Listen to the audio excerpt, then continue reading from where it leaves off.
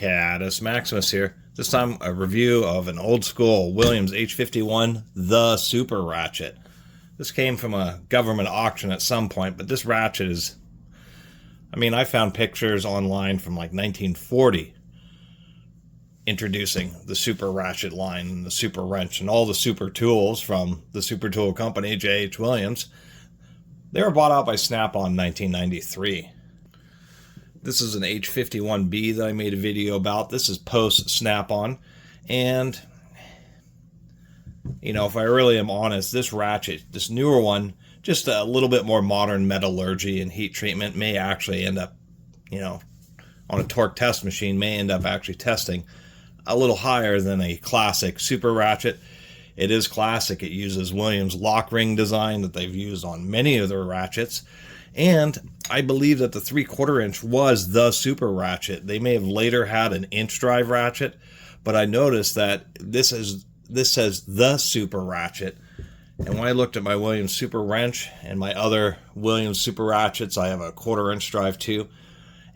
They're just called SuperRatchet. So I don't know if the pair head is called the SuperRatchet or it's just the 3/4 inch one that added the word the to it.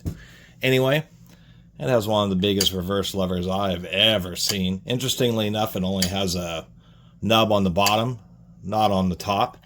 Super stiff spring. I'll have to say that this 3/4 inch ratchet has more back drag than this ratchet and this New Britain round head have combined. I have a lot of ratchets, but I have very few 3/4 inch drive because they're two reasons. They're a heck of a lot more rare than 1/4 inch, 3/8 and 1/2 inch ratchets. A heck of a lot more rare. They sell a fraction of them. And secondly, they're always huge ratchets, and when I see them, people are just, flea markets and all that, they're just so much money. $50, $100, I guess 50 is a pretty reasonable price. Many times over $100, and it's just, I just haven't had the money to buy them like I can find other smaller ratchets for cheap. I only had a Chinese round head, and then about 10 years ago, surprisingly enough, both of these ratchets I bought from the same tool seller 10 years apart, and I paid $29 for the New Britain. Inflation, $39 for the Williams. Anyway, an old tool guy who buys some estates. He doesn't actually take walk-in tool sales. He's not a pawn shop. He sells a lot. He's the kind of place where if you're looking for anvils, blacksmithing tools, that type of stuff. And so to go along with since he's the only one in the area really known for that, he buys other tools. He tends to stay away from power tools, so I see very few power tools, but a lot of old hand tools, and once again, anvils and hammers and tongs and that type of stuff. He was explaining to me about government auctions, because I was asking about this because it says property of something, I think Util Systems, SD Util Systems.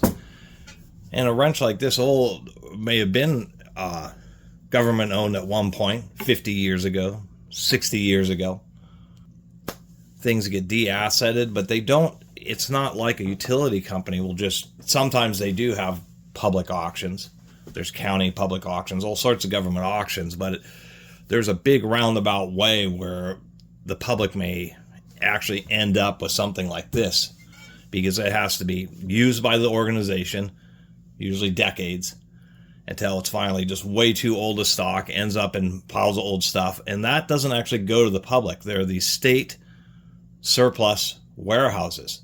So when a government agency, and that's anything from utility companies, law enforcement, universities, community colleges, public works, the parks department, all that stuff, or a big portion of it, gets sent to these surplus warehouses where you have to get special authorization. You have to be a government employee and have an interest in basically a valid reason to browse these warehouses. So many times, even when you do work at a college or university, it just doesn't give you privilege. You have to have like a department head authorize you to and have access to a college credit card.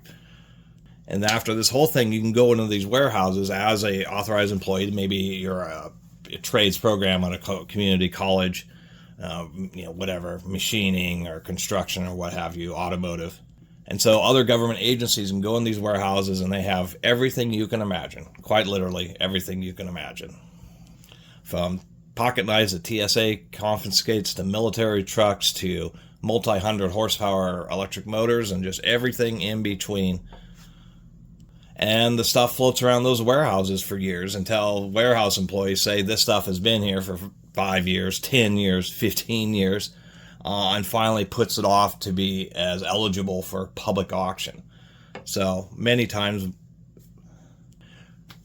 or almost all the time, the stuff that the public sees at public auctions is what has already been picked over and picked through and is the leftovers of what all the other government agencies and nobody in the government even wanted. So they finally are selling it to the public. So anyway, it was kind of interesting to learn about how it can be a decades-long process in a real roundabout way where a ratchet like this may have been shipped halfway across the country more than once and sat around in multiple warehouses until finally the government's like, okay, the public can have access to it. So anyway, long story. Super high back drag. Unbelievable. It is a classic Williams with the double ball detent design, which means when you put sockets on, they are not going to fall off by themselves. That's for sure. Even the stoutest of sockets. Well, I was going to show this. It's batwing pawl design, but it's just a chonker, like a 30 tooth or a 36 tooth. I suspect it's a 30 tooth, but it just has a huge amount of back drag. And even being a 3/4 inch, it has so much. As soon as you break the fastener loose, it's going to be not ratcheting anymore. So it could be slightly annoying. There we go. Here's a massive 1.5 inch extra deep 3/4 inch socket. And even something like this, and this is like several pounds of steel. Does not fall off the ratchet. So I'll give them credit for that. This design here, I'll give them credit for actually having a pretty tight anvil. That's pretty nice.